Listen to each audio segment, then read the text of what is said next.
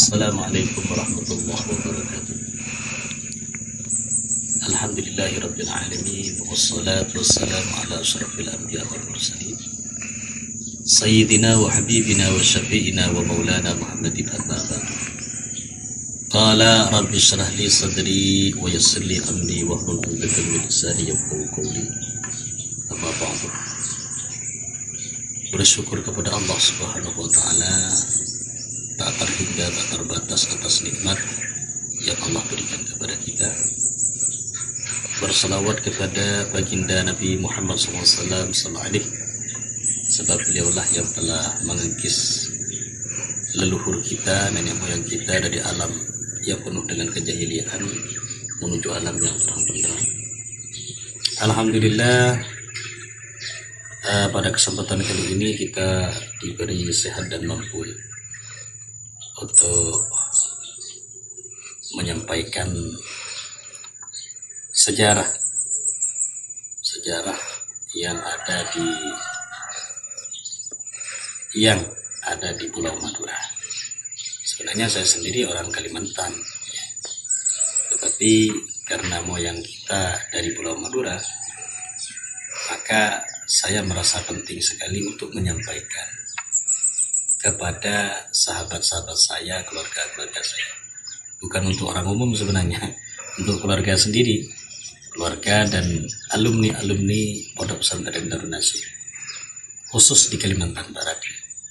Karena saya lihat kebanyakan orang Madura yang ada di Kalimantan Barat ini sering cerita Madura, tidak pernah ke Madura, sehingga informasi yang didapatnya itu tidaklah sempurna, hanya sebatas parsial, secara parsial atau secara potong-potong.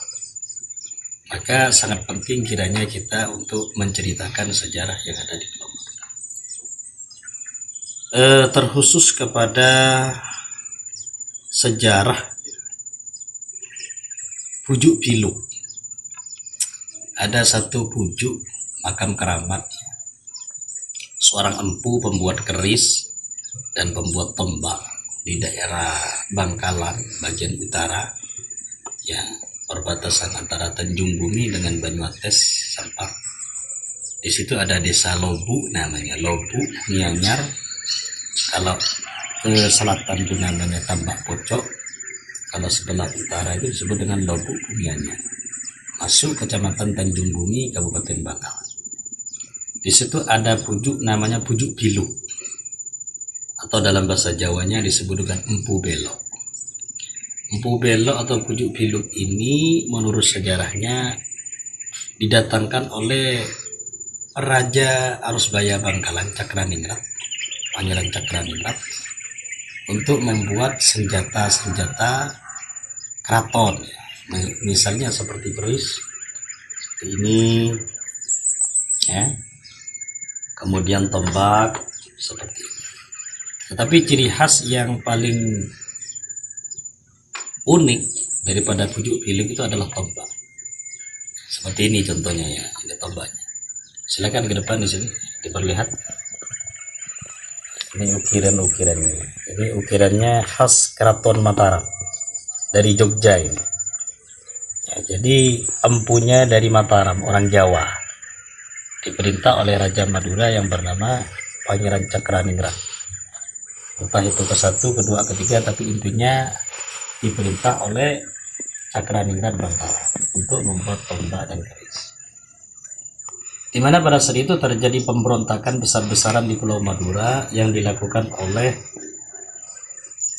seorang kesatria yang bernama Kek Lesak. Nama aslinya ada yang mengatakan Raden Abdul Mukti. Raden Abdul Mukti. Beliau itu adalah putra dari salah satu Pangeran Cakraningrat yang ada di Bangkalan. Kalau nggak salah Pangeran Cakraningrat ketiga. Berarti hidup pada era zaman Pujuk Batu Kolong, kalau nggak salah begitu ya. Syekh Muzaki Pujuk Batu Kolong atau Sayyid Husin Pujuk Cimat. Di mana beliau itu memberontak melawan ramanya atau ramanya, bapaknya, karena melihat Desab itu melihat ketidakadilan. Mungkin dalam versinya Kiai Desab itu ada ketidakadilan pada diri Raja Bangkalan, sehingga beliau itu, karena beliau itu dilahirkan dari Seli, minta diakui sebagai putranya, ternyata tidak diakui. Ya beliau itu marah dan kemudian bertapa, kemudian beliau itu ingin menguasai tanah Madura, sehingga 3 kabupaten mulai Sampang, Pamekasan dan Sumeneb dikuasai. Cuma pada akhirnya beliau itu kalah kepada romonya sendiri, kepada bapaknya sendiri. Dan Raja Bangkalan ini memerintahkan Empu Belo atau Pujuk Pilu ini untuk membuat keris dan tombak yang ciri khasnya kayak gitu. Di atasnya ada mataharinya, ada semacam, di bawahnya ukiran-ukiran Jawa. Yang tujuannya diantaranya adalah untuk melawan pemberontakan yang lagi dilakukan oleh Kiai. Masya Allah. Wakilah dikatakan bahwa Empu Belo ini pada akhirnya diambil mantu oleh salah satu putra daripada Syekh Muzaki Pujuk Batugala. Syekh Muzaki Pujuk Batugala. Ya. Orang lain ada yang mengatakan Empu Belo atau Pujuk Panti ini, Empu Belo ini disebut dengan Pujuk Panti. Pujuk Panti. Maka kalau di Bangkal ini terkenal sekali Empu Belo. Terkenal sekali, buatannya itu terkenal. Artinya senjatanya bukan hanya untuk kalangan rakyat jelata, tapi kalangan bangsawan. Para pemirsa sekalian, para sahabat-sahabat alumni Darnasyim,